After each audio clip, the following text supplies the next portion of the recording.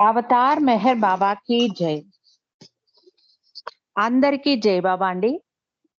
మనం గత కొన్ని రోజులుగా 'త్వమేవ శరణం మా అందరికీ నీవే రక్ష' అన్న పుస్తకాన్ని చదువుకుంటూ ఉన్నాం.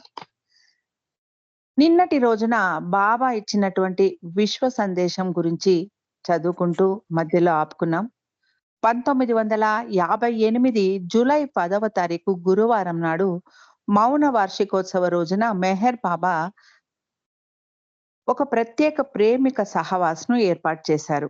ఆ సహవాస్‌కు ఎంపిక చేసిన సుమారు 200 మంది ప్రేమికుల్ని ప్రత్యేకంగా ఆహ్వానించారు.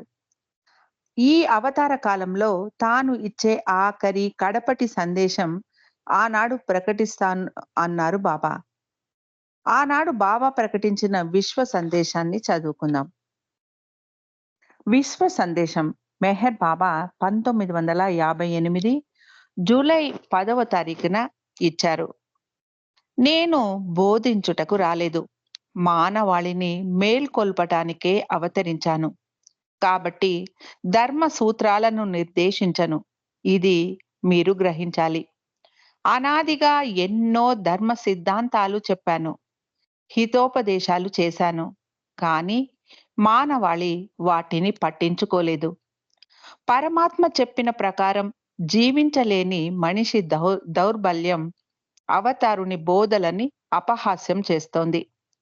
పరమాత్మ ఏం చెప్పాడు? దయ, జాలి, కరుణ చూపమన్నాడు. కానీ మనిషి ఆ పని చేయలేదు. సరికదా? దేవుడి పేరు మీద చెప్పి ధర్మ యుద్ధాలు చేశారు. వినమ్రత, పవిత్రత, సత్యం ఇవి భగవంతుని ఉవాచ. ఇలా ఉండకుండా ద్వేషం పెంచుకుంటూ ఉన్నాడు. దురాశకి లోనవుతూ ఉన్నాడు. దౌర్జన్యానికి, హింసకి పాల్పడుతున్నాడు. గత అవతార కాలంలో పరమాత్మ ప్రసాదించిన ధర్మ సూత్రాలని, విధులని మనిషి పెడి చెవిన పెట్టాడు. అందుకనే ఈ అవతార కాలంలో నేను మౌనం పాటిస్తున్నాను. ఇది వరకు అంటే పాత అవతారాలప్పుడు మీరు అడిగారని నేను చెప్పాను చాలా సంగతులు. అవి చాలు. వాటిని ఆచరించాల్సిన సమయమిది. భగవంతుడికి దగ్గరగా, ఇంకా దగ్గరగా వెళ్ళాలి అంటే నేను అనే భావానికి దూరం కండి. నాది అనే భావాన్ని పక్కకి నెట్టండి. నాకు అనే చింతనను దూరంగా ఉండండి. నేను, నాది, నాకు అనే మూడింటికి దూరమైన కొద్దీ భగవంతుడికి దగ్గరవుతారు.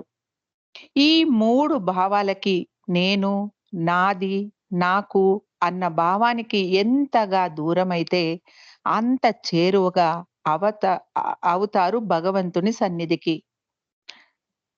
భగవన్ మార్గంలో మీరేమీ వదిలిపెట్టక్కర్లేదు. నేను, నేను అన్న అహంకారానికి తిలోదకాలు ఇస్తే చాలు. ఈ మాట వింటూ ఉంటే ఇది చాలా తేలిక అనిపిస్తుంది. కానీ ఆచరణలో కష్టం. ఇంచుమించుగా అసాధ్యమే. అయితే నా అనుగ్రహం వల్ల అహం, స్వార్థం వదిలిపెట్టడం వీలవుతుంది మీకు. ఈ మహత్తర అనుగ్రహాన్ని మానవాళికి ప్రసాదించడానికే అవతరించాను నేను. మరోసారి చెబుతూ ఉన్నాను. ధర్మ సూత్రాలని నిర్దేశించడం లేదు నేను ఈ అవతార కాలంలో. సత్య ప్రేమ వాహినిని ప్రసాదించడానికే నేను వచ్చాను. ఈ ప్రేమ వాహిని కెరటాన్ని నేను విడుదల చేయగానే మనుషుల నిత్య జీవితం ధర్మబద్ధమైన జీవన విధానానికి ప్రతీక అవుతుంది. నా నోటిగా చెప్పని ఉపదేశాలు దైనందిన జీవితంలో ప్రతిఫలిస్తాయి. అజ్ఞానమనే తెర మనిషి స్వంతం. ఆ తెర వెనుక దాగి ఉంటాను నేను. అయితే నా దివ్య దైవత్వాన్ని కొద్ది మందికి ప్రకటిస్తాను. ఈ యుగంలో నా అవతారమే ఆఖరి అవతారం. అందువల్ల నా అవతార వ్యక్తీకరణ ఘనాతి ఘనంగా ఉంటుంది. నేను మౌన విరమణ చేయగానే నా దివ్య ప్రేమ స్పర్శ ప్రభావం విశ్వమంతటా ఉంటుంది. జీవకోటి యావత్తు నా దివ్య ప్రేమని తెలుసుకుంటుంది. నా ప్రేమ మధురిమను చవిచూస్తుంది. నా ప్రేమను పొందుతుంది. అప్పుడు ఏమవుతుంది అంటే, ప్రతి ఒక్కరూ బంధ విముక్తులు అవుతారు. ఎవరికి తగ్గట్టు వాళ్ళు ఎంచుకొన్న రీతిలో ఈ బంధ విముక్తి పొందుతారు. దివ్య ప్రియతముడిని నేను. మీరంటే ఎంతో ప్రేమ. బహుశా మీరు కూడా మీ కోసం కొట్టుకుపోనంతగా మీ పట్ల నా ప్రేమ ఉంది. ఆత్మస్వరూప జ్ఞానం మీరు పొందటానికి మౌన విరమణ దోహదం చేస్తుంది. ప్రపంచంలో ఇప్పుడు ఉన్న సంక్షోభం, చెలరేగుతున్న కల్లోలం తప్పదు. ఈ పరిస్థితికి ఎవ్వరూ నిందార్హులు కారు. ఏది జరగాలని ఉందో అదే జరిగింది. ఏమి జరగాలో మున్ముందు అదే జరిగి తీరుతుంది. ఇటువంటి పరిస్థితుల నుండి మానవాళి తప్పించుకోవాలంటే గతంలో కానీ, ఇప్పుడు కానీ ఒక్కటే దారి ఉంది. అది మీ మధ్యకు నేను రావడం తప్ప మరో గత్యంతరం లేదు. నేను రావాల్సి ఉంది, వచ్చాను. నేను సనాతన పురుషుడను. ఇక మౌనం అవసరం లేదు. ఇదేంటో తెలుసుకుందాం. శ్రీ సిహెచ్ వీరన్న గారు హైదరాబాద్‌లో చాలా కాలం ఉన్నారు. ఇక్కడి హైకోర్టులో గవర్నమెంట్ ప్లీడర్‌గా పనిచేశారు. ఆ పిదప విశాఖపట్నంలో స్థిరపడ్డారు. కాగా ఆయన హైదరాబాద్‌లో ఉండే రోజుల్లో బహుశా 1968 ఆ ప్రాంతంలో తాను బాబా నామస్మరణ చేసుకుంటూ ఓ 3 నెలలు మౌనం పాటించాలని చెప్పి మౌనం ప్రారంభించారు. సుమారు 15 రోజులు గడిచాయి. ఆ రోజుల్లో హైదరాబాద్ బాబా కేంద్ర నిర్వాహకులు శ్రీ స్వామి సత్యప్రకాష్ ఉదాసేన్, శ్రీ వీరన్న చేపట్టిన మౌనం గురించి వాకబు చేస్తూ ఈ విషయాన్ని మెహర్ బాబాకు తెలియజేశారా? బాబా వారి అనుమతి ఉందా? ఇత్యాది ప్రశ్నలు వేశాడు. బాబా అనుమతి ఏమీ లేదని శ్రీ వీరన్న చెప్పారు. దాంతో ముందుగా బాబాకు లేఖ రాయమని శ్రీ వీరన్నకు చెప్పారు. వీరన్న గారు బాబాకు రాసిన లేఖకు జవాబుగా బాబా నుండి ఆ వెనువెంటనే ఒక టెలిగ్రామ్ వచ్చింది. ఆ టెలిగ్రామ్ ఇలా ఉంది. Avatar Meher Baba says that there is no need to observe silence. Baba sends his love blessings to you. Do Baba work wholeheartedly. ఆది. మౌనం పాటించాల్సిన అవసరం లేదని అవతార్ మెహర్ బాబా తెలియజేస్తూ ఉన్నారు. హృదయపూర్వకంగా బాబా కార్యక్రమాలు చేపట్టండి. ప్రేమతో బాబా ఆశీస్సులు పంపుతూ ఉన్నారు. ఆది కే ఇరానీ అని వచ్చింది టెలిగ్రామ్. శ్రీ వీరన్న బాబా ఆదేశాల మేరకు తాను ప్రారంభించిన మౌనం తక్షణం ఆపివేశాడు. ఆ దరిమిల హైదరాబాద్ కేంద్ర వార్షికోత్సవానికి 1968 నవంబర్‌లో ఆదికే ఇరానీ హైదరాబాద్‌కు వచ్చారు. ఆయన అలా వస్తూనే శ్రీ వీరన్న ఎవరని అడిగి తెలుసుకొని ఆయన్ని ఒక గదిలోకి తీసుకెళ్ళి ప్రత్యేకంగా శ్రీ వీరన్నతో మౌనంకు సంబంధించి కొద్దిసేపు మాట్లాడారు. ఆయన రాసిన లేఖను ప్రస్తావిస్తూ, ఆ లేఖను బాబాకు పంపడం చాలా కష్టమైందన్నారు. ఎందుకంటే, ఆ రోజుల్లో బాబా కఠిన ఏకాంతవాసంలో ఉన్నారు. ఉదయాన్నే బాబాకు పంపుతున్న టీ కప్పు తీసుకెళ్లే ట్రేలో వీరన్న గారి లేఖను పంపాము అన్నారు. బాబా ఆ లేఖను చూసి పైన చెప్పిన టెలిగ్రామ్ ఇవ్వమని మమ్మల్ని ఆదేశించారు అన్నారు. ఇక్కడ తెలుసుకోవాల్సింది ఏమిటంటే, బాబా అనుమతి లేకుండా ఎవ్వరూ మౌనం చేపట్టాల్సిన పనిలేదు. ప్రతి ఏడాది జూలై 10న మాత్రం తన ప్రేమికులందరూ మౌనం పాటించమని బాబా ఆదేశించారు. అద్ అది బాబా ప్రేమికులకిచ్చిన గొప్ప బహుమతి అని ఆది అన్నారు.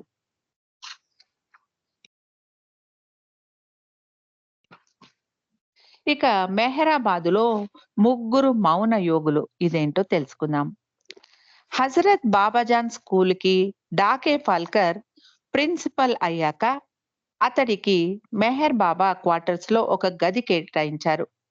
అప్పటిదాకా ఆ గదిలో ఉంటున్న మండలి సభ్యుడైన గుస్తాజీకి స్థానచలనం వచ్చింది. మరి గుస్తాజీ జోపిడి వరండాలో ఉండమన్నారు. అక్కడ అతడి కోసం కాస్తంత మరుగు కల్పించారు. బాబా సంగతి మీకు తెలుసు కదా! ఎప్పటిలాగే గుస్తాజీపై చాలా ఆంక్షలు పెట్టారు. నువ్వొక్కడివే ఉండాలి అన్నారు. మండలి వారికి దూరంగా ఉండమన్నారు. ఎట్టి పరిస్థితులలోనూ వరండా వదిలిపెట్టి వెళ్ళకూడదని స్పష్టం చేశారు. కాలు ముడుచుకోవాల్సి వస్తేనే ఇక్కడి నుండి బయటికి వెళ్ళమన్నారు. గుస్తాజీ వాగుడు పిట్ట. పొట్ట నిండా కబుర్లున్నాయి. సాయిబాబా, ఉపాసని మహారాజ్, హజరత్ బాబాజాన్ల శిష్యరికం చేసేటప్పటి విశేషాలని కథలు కథలుగా చెప్పేవాడు. ఒకసారి వినేవాళ్ళకి విసుగు అనిపించేది.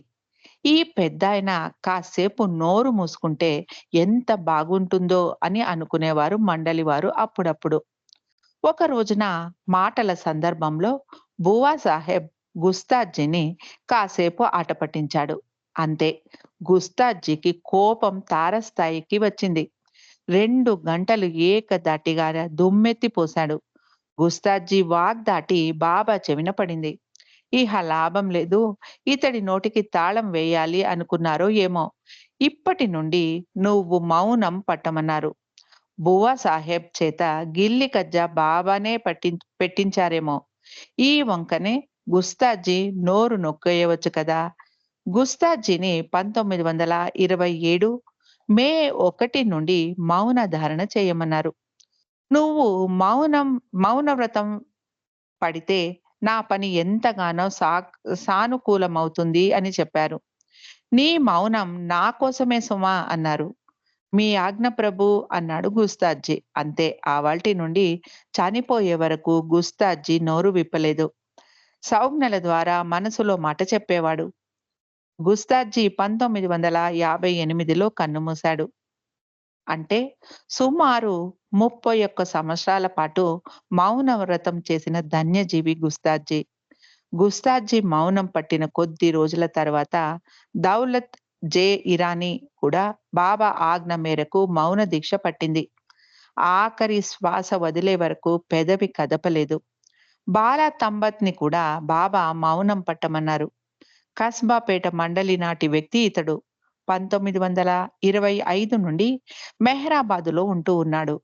శేష జీవితం మౌనంగా గడిపాడు. ఇంతకు చెప్పొచ్చేదేంటంటే 1927లో మెహ్రాబాదులో 3 మౌన యోగులు వెలిశారు. వీరి మౌనం వారి కోసమే, వారి ఆధ్యాత్మిక ఉన్నతి కోసమే. మరి బాబా మౌనం అలా కాదు. యావత్ ప్రపంచాన్ని తన మౌన సాగరంలో ఓలలాడించడానికే బాబా మౌనం పట్టారు. ఇక 8వ అంకం మెహర్ బాబా నవజీవనానికి వచ్చేసాం. మెహర్ బాబా నవజీవనం ఇదేంటో తెలుసుకుందాం. మెహర్ బాబా వారి జీవితంలో అత్యంత ప్రధాన ఘట్టం నవజీవనం. 1949 అక్టోబర్ 16 నుండి 1952 ఫిబ్రవరి 12 వరకు మెహర్ బాబా నవజీవనం గడిపారు. అత్యంత కష్టతరమైన నవజీవన సమయానికి మెహర్ బాబా వయస్సు సరిగ్గా 55.5 సంవత్సరాలు ఉంది. మెహర్ బాబాతో పాటు మొత్తం 20 మంది నవజీవనంలో పాల్గొన్నారు. అందులో 4 స్త్రీలు, 16 మంది పురుషులు ఉన్నారు. పాల్గొన్న 4 స్త్రీలలో మెహరామాయి వయస్సు 42 సంవత్సరాలు, బాబావారి సోదరి మణి వయస్సు 31, మెహ్రూ వయస్సు 22, డాక్టర్ గోహెర్ వయస్సు 34 సంవత్సరాలు. కాగా పురుషులలో అన్న 104, వీరిద్దరూ అప్పటికే 60 సంవత్సరాల పురుషులలో అందరికంటే వయస్సులో పెద్దవాళ్ళు సదాశివ్ పాటిల్ అన్న 104. వీరిద్దరూ అప్పటికే 60 సంవత్సరాల వయసులో ఉన్నారు. అలాగే వయస్సు రీత్యా పెద్దవారు. దౌలత్ సింగ్ కు 59 సంవత్సరాలు, గుస్తాజీకి 59, కాగా కాకా బారియాకు 58, బైదుల్ 56 సంవత్సరాలు ఉన్నారు. అందరికన్నా వయసులో చిన్నవాడిగా ఏరుచ్ 33 సంవత్సరాలు, మురళీ కాలేకి 30 సంవత్సరాలు వారు ఉన్నారు. మిగిలిన వారందరి వయస్సు 40-50 సంవత్సరాల నడుమ ఉంది. నవజీవనంలో తనతో పాల్గొనడం వల్ల ఎలాంటి ప్రయోజనం ఆశించవద్దు అన్నారు బాబా. ఈ కార్యక్రమంలో పాల్గొనడం వల్ల బాబా వారి నజర్ తమపై ఉంటుందని, ఐహికంగా, ఆధ్యాత్మికంగా ఎనలేని ప్రయోజనం వాటిల్లుతుందనే ఆశ పెట్టుకోవద్దండి అన్నారు. సరికదా! ఈ జీవన విధానంలో ఎనలేని బాధలు, కష్టాలు అనుభవించాల్సి ఉంటుందని హెచ్చరించారు. అందుకు సిద్ధపడిన వారే తనతో నవజీవనంలో పాల్గొనమని బాబా తన మండలిని ఆహ్వానించారు. ఈ జీవన విధానంలో బాబా ఒక చోట నుండి మరో చోటకు కాలినడకన, ఎద్దు బండ్ల మీద అనేక విధాల ప్రయాణించారు. బాబా ఎక్కడికెళ్ళినా అక్కడ ఉన్ ఉన్ అక్కడ ఉండే అక్కడ బాబాతో ఉండటానికి ఇష్టపడిన వారే నవజీవనంలో పాల్గొనాలని అన్నారు. నవజీవనంలో పాల్గొనదగిన వారు బాబా వారు విధించిన నియమావళిని తూచా తప్పక పాటించాలి అని ఆదేశించారు. అవతారుడు ఇచ్చిన నియమావళి ఇలా ఉంది. మొదటిది, స్త్రీలను తాకరాదు. డబ్బు ముట్టరాదు. ఎవరి దగ్గర నుండి డబ్బు తీసుకోరాదు. ఇవ్వకూడదు. రాజకీయ విషయాలు ముచ్చటించరాదు. మీ నడవడికలో ఎన్నడూ ఎవ్వరిపై కోపం ప్రదర్శించకూడదు. బాబా వారి ముందస్తు అనుమతి లేకుండా ఎవ్వరూ ఎక్కడికి వెళ్ళకూడదు. మంచినీళ్లు తప్పించి బాబా వారి అనుమతి లేకుండా ఎవ్వరూ ఏమీ తినకూడదు, తాగకూడదు. అసత్యం మాట్లాడరాదు. ఈ నవజీవనంలో బాబా, ఆయన అనుచరులు బాటసారులుగా భిక్షాటన చేస్తూ, రేపటి గురించి ఆలోచన లేకుండా, దేనిని ఆశించకుండా, ఏ సహాయం అర్థించకుండా జీవితం గడిపారు. చెట్ల కింద, ఆకాశం కింద తలదాచుకున్నారు. నవజీవనంలో గురువు లేడు, శిష్యుడు లేడు. అందరూ భగవంతుని ప్రేమికులే. అందరూ సమానులే. అయితే గత అవతార కాలంలో ఈ మాదిరి అవతారుడు నవజీవనం నెరిపినట్టు దాఖలాలు ఎక్కడా లేవు. కాజాగూడలో మనోనాష్ నవజీవన కార్యక్రమంలో ఆఖరి ఘట్టంగా బాబా మనోనాష్ కార్యక్రమాన్ని 1951 అక్టోబర్ 16 నుండి 23 వరకు హైదరాబాద్‌లోని కాజాగూడలో ఉన్న ఒక చిన్న ఎత్తైన కొండ గుహలో నిర్వహించారు. మనోనాష్ అంటే మనస్సుని నశింపజేయడం. మనస్సు రాతయుగం కన్నా పురాతనమైంది అన్నారు బాబా. మనస్సు ఒక్కసారే జన్మిస్తుంది. దాని మరణం కూడా ఒక్కసారే జరుగుతుంది. మనస్సు మరణించాకనే అబద్ధపు నేను స్థానంలో నిజమైన నేను ఏర్పడుతుంది. మనస్సు వల్లనే మానవాళి నేను, నాది అనే భావాలు కలిగి ఉన్నారు. మానవుడు మరణించాక కూడా మనస్సుకు మరణం లేదు. పునరపి మరణం, పునరపి జననంతో సంస్కారాల ప్రభావం వల్ల మనస్సు మానవుణ్ణి వెన్నంటే ఉంటుంది అని బాబా ప్రకటించారు. మనస్సు తన స్వభావం నుండి తప్పించి భగవంతుడొక్కడే సత్యం అనే ఎరుక వల్ల మనోనాశ్ జరుగుతుందని బాబా అన్నారు. మనోనాశ్ కార్యక్రమాన్ని నవజీవనానికి ఆఖరి ఘట్టంగా బాబా ఈ కార్యక్రమం నిర్వహించారు. ఆ పిదప 1951 అక్టోబర్ 24న కాలినడకన హైదరాబాదు నుండి మెహరాబాదుకు బయలుదేరారు. ఈ నవజీవనం ఎవ్వరూ లేకపోయినా తానంతట అదే జీవిస్తుంది అన్నారు. నవజీవనం అంతులేనిదని బాబా వారు శరీరం చాలించిన తరువాత కూడా ఎవరైతే అసత్యం, ద్వేషం, క్రోధం, కామం పూర్తిగా విడిచి ఎవరికీ దేనికి భయపడకుండా సత్యాన్ని విడువక జీవితాన్ని గడుపుతారో అలాంటి వారు ఈ నవజీవనాన్ని సజీవంగా నిలుపుతారని బాబా ప్రకటించారు. ఈ నవజీవనాన్ని గడపడానికి ఎవ్వరూ లేకపోయినా అది శాశ్వతంగా నిలుస్తుందని బాబా అన్నారు. మెహర్ బాబా నెరిపిన నవజీవనంలో అనేక సంఘటనలు జరిగాయి. అందులో తోడి సింగ్ అనే ప్రేమికుడితో జరిగిన అరుదైన సంఘటన ఇలా ఉంది. దాన్ని పరిశీలిద్దాం. ఇక్కడ ఒక మెహర్ సందేశం ఉంది. మీ బాధ్యతలను విస్మరించవద్దు. అయితే బాధ్యతలకు కావద్దు. Have responsibilities but do not become attached to them. ఇక నవజీవనంలో తోడి సింగ్. ఇదేంటో తెలుసుకుందాం. తోడి సింగ్ అలీగఢ్ నివాసి. 1949 ఆగస్ట్ నగర్‌లో అల్లంత దూరం నుండి బాబాను దర్శించుకున్నాడు. ఆ పిదప ఒక రోజున కలలో బాబా ఇచ్చిన ఆదేశాల ప్రకారం డెహ్రాడూన్‌లో నవజీవనంలో ఉన్న అవతారుడికి తన సేవలందించడానికి తహతహలాడాడు. నవజీవన నియమావళి ప్రకారం ఆ సమయంలో బాబా వారి సన్నిధి సాధ్యమవుతుందా? తోడి సింగ్ వంటి అసాధారణ వ్యక్తులకు బాబా ప్రేమలో ఏది అసాధ్యం కాదని తేట తెల్లమవుతోంది.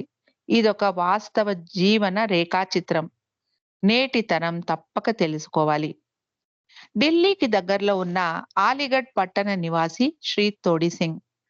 ఆయన వెన్న, నెయ్యి వ్యాపారం చేస్తూ ఉండేవాడు. ఆనాటి బ్రిటిష్ ప్రభుత్వ కాలం నుండి నేతి వ్యాపారంలో తోడి సింగ్ కంటూ ఒక ప్రత్యేకత ఉంది. అత్యంత ధనికుడిగా కీర్తి కూడా ఆయన సొంతం. ఇదంతా 1949 ఆగస్టు నాటి మాట.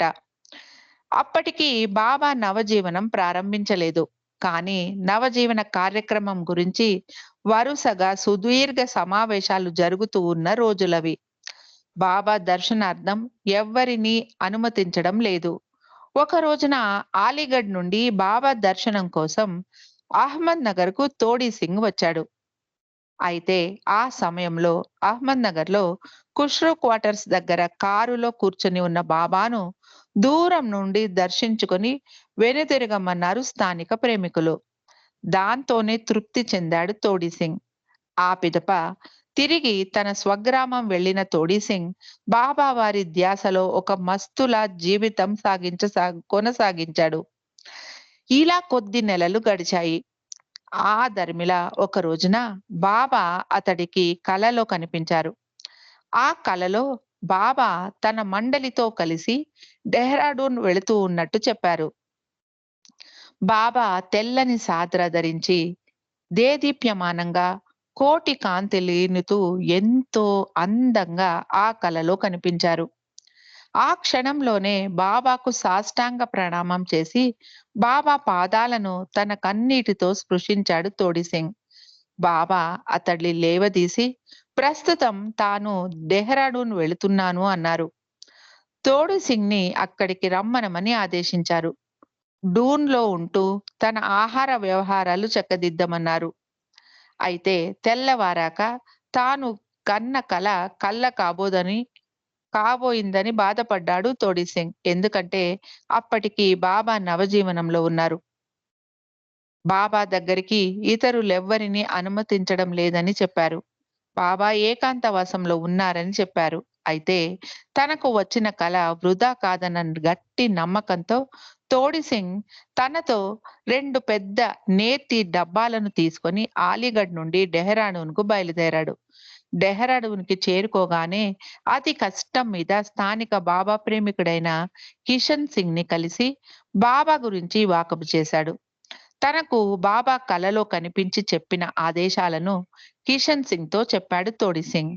నవజీవన నియమాలలో భాగంగా బాబా ఎక్కడున్నారో తెలిసినా తాను చెప్పలేనని, బాబా వారి అనుమతి లేనిదే తోడి సింగ్‌ని బాబా దగ్గరికి తీసుకెళ్లలేనని, ఇది బాబా వారి ఆదేశమని స్పష్టంగా చెప్పాడు కిషన్ సింగ్.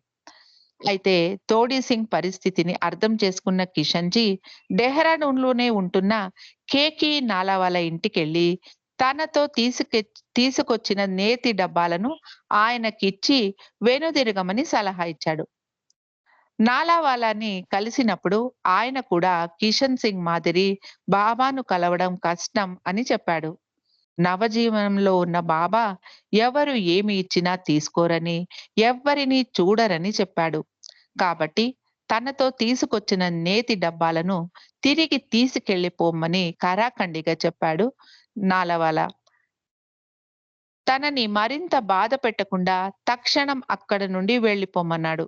తనకు బాబా కలలో కనిపించి, బాబానే తనని ఇక్కడికి రమ్మన్నారని ఆదేశించారని తోడి సింగ్ చెబుతూ ఉన్నా నాలవాలా మనసు కరగలేదు. తాను ఏ విధంగానూ సహాయపడలేనని, అతను తక్షణం అక్కడి నుండి వెళ్ళడం ఉభయ కుశలోపరి అని సున్నితంగా మందలించాడు నాలవాలా. చివరగా తోడి సింగ్ ఒక విన్నపం చేశాడు. ఆ నేతి డబ్బాలను మీ దగ్గర ఉంచుకొని, ఆ తర్వాత బాబా వారి అనుమతి తీసుకొని ఆయనకు పంపించాల్సిందిగా కోరాడు. అందుకు కూడా నాలావాలా ఒప్పుకోలేదు. ఇలాంటివి తాను చేయలేను అన్నాడు. బాబా తనని పిలుస్తారో లేదో కూడా తెలియదు అన్నాడు నాలావాలా. అయితే ఒక్క మాట, తానిక్కడికి దగ్గరలోనే ఉన్న ధర్మశాలలో ఉంటున్నాను. మీరు కనుక బాబాని కలిస్తే నా గురించి, నేను తీసుకొచ్చిన నేతి డబ్బాల గురించి బాబాకు తెలియజేయండని చెప్పి తోడి సింగ్ నాలావాలా వద్ద సెలవు తీసుకున్నాడు. ఆ మర్నాడు బాబా డెహ్రాడూన్‌కి వచ్చారు. రైల్వే స్టేషన్‌లోని వెయిటింగ్ హాల్‌లో శత్రుఘ్న కుమార్ తీసుకొచ్చిన భోజనం ముగించిన బాబా తన మండలి వారితో మంజరి మాఫీలో రేపటి నుండి మన భోజనాల మాటేమిటి? మనం కేవలం భిక్షగా పెట్టిన ఆహారాన్నే తీసుకుంటూ ఉన్నాం కదా! అన్నారు. ఆ క్షణంలో నాలావాలాకు తోడి సింగ్ గుర్తుకు వచ్చాడు.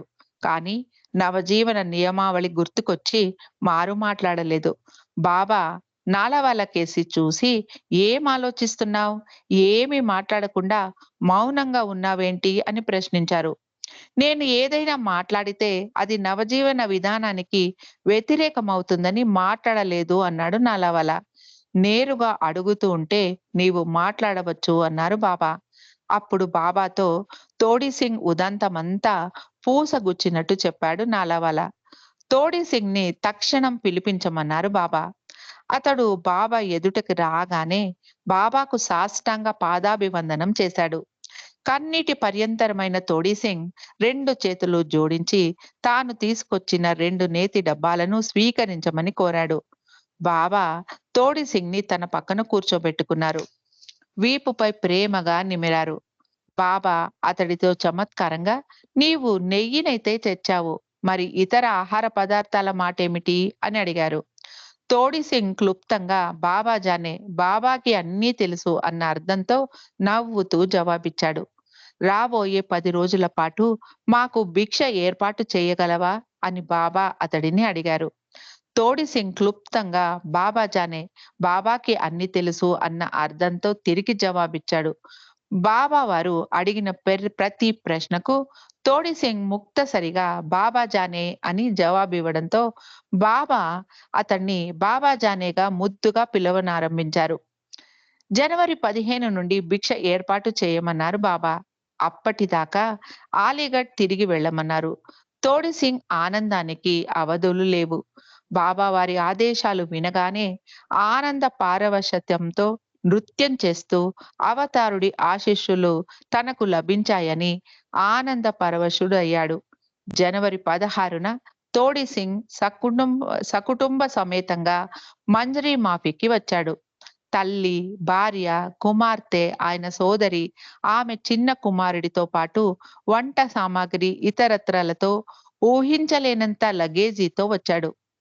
తమ కోసం చిన్న బ్యాగ్‌లో దుస్తులు తెచ్చుకున్నాడు. వస్తూనే వంట పనిలో నిమగ్నమయ్యాడు. అయితే బాబా రేపటి నుంచి మీ పనులు మీ పనులు ప్రారంభించండి అన్నారు నవ్వుతూ. వారందరికీ మంజరి మాఫీలోనే బస ఏర్పాటు చేశారు. ఒక వారం రోజుల తర్వాత జనవరి 21న తోడి సింగ్ బృందాన్ని వారి స్వగ్రామం అలీగఢ్‌కి తిరిగి వెళ్ళమన్నారు బాబా.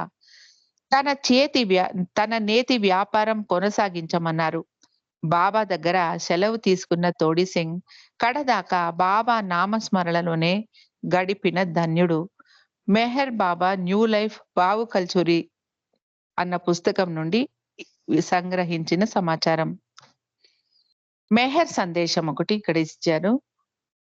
Selfless service and love or twin divine qualities.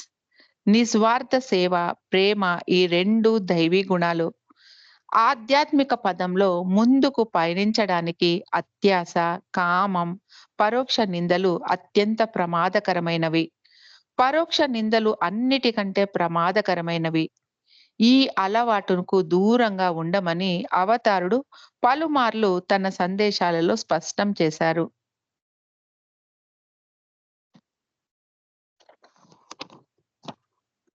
ఇక నవజీవనంలో అవమానాలు అదేంటో తెలుసుకుందాం. నవజీవనంలో ఉండగా జరిగిన సంఘటన ఇది. ప్రతిరోజు రాత్రికి ఊర్లో ఏదైనా ఒక ప్రత్యేక నిర్జన ప్రదేశంలో మకాం చేసేవారు. ఆ రోజున ఊరికి దూరంగా ఉన్న ఒక మామిడి తోటలో విడిది చేశారు. అది చాలా విశాలంగా ఉంది. ఆకాశమే పైకప్పుగా మామిడి చెట్ల కింద పడుకున్నారు. కాకా భార్య డాక్టర్ నీలులను బాబా భిక్షాటనకై పంపారు. వాళ్ళిద్దరూ నవజీవనపు దుస్తులు ధరించారు. పొడగాటి గౌను, నెత్తిన తలపాగా ధరించారు. ఆ రోజున చలి ఎక్కువగా ఉంది. దాంతో వారు ధరించిన బట్టల మీద వారికి ఉన్న ఇతర దుస్తుల్ని ధరించారు. దా దారిలో వెళుతూ ఉంటే ధర్మాత్ములు ఎవరో భిక్ష ఎవరో భిక్షగా పాత స్వెటర్లు, ఒక కోటు ఇచ్చారు. చలిని తట్టుకోలేక వాటిని కూడా ధరించారు. వీటన్నిటిలో వీరెలా ఉన్నారంటే గొప్ప వస్తాదుల్లా కనిపిస్తూ ఉన్నారు. వాస్తవానికి వారిద్దరూ కూడా మంచి బలాఢ్యులు. బక్క చిక్కిన రకం కాదు. చాలా అందంగా, ఆరోగ్యంగా ఉండేవారు. బంతిలాగా గుండ్రంగా అగుపించేవారు. అలాంటి వారు భిక్ష కోసం నగరంలో ప్రవేశించేసరికి ప్రజల నుండి తీవ్ర తిరస్కారాన్ని ఎదుర్కోవాల్సి వచ్చింది. ఒకరింటి ముందు ఆగి భిక్ష కోసం "మా భిక్షా దీజియే" అని అడగగానే ఇంటి యజమాని బయటికి వచ్చి కోపోద్రిక్తుడై, "ఏం దున్నపోతుల్లా ఉన్నారు? ముష్టెందుకెత్తుకోవాలి? మీకు సిగ్గు లేదా? వస్తాదులకు మించిన అవయవ సౌష్ఠవం ఉంది మీకు. చదువుకున్న వాళ్ళలా ఉన్నారు. ఏమిటి మీ సంగతి? ఏదైనా ఉద్యోగం చేసి సంపాదించుకోవచ్చు కదా! అడుక్కోవడం తేలికైపోయింది. బలిసిన ఏనుగుల్లా ఉన్నారు. కష్టించి, శ్రమపడి సంపాదించుకోవచ్చు కదా! పొండి పొండి ఎక్కడికైనా కుస్తీ పోటీలకు వెళ్లి డబ్బు సంపాదించుకోండి" అని కసురుకున్నారు. ఆ రోజున లేచిన వేళ విశేషమో ఏమో కానీ, వారు ఏ ఇంటికి వెళ్ళినా ఆ నగరంలో అలాంటి జవాబులే ఎదురయ్యాయి.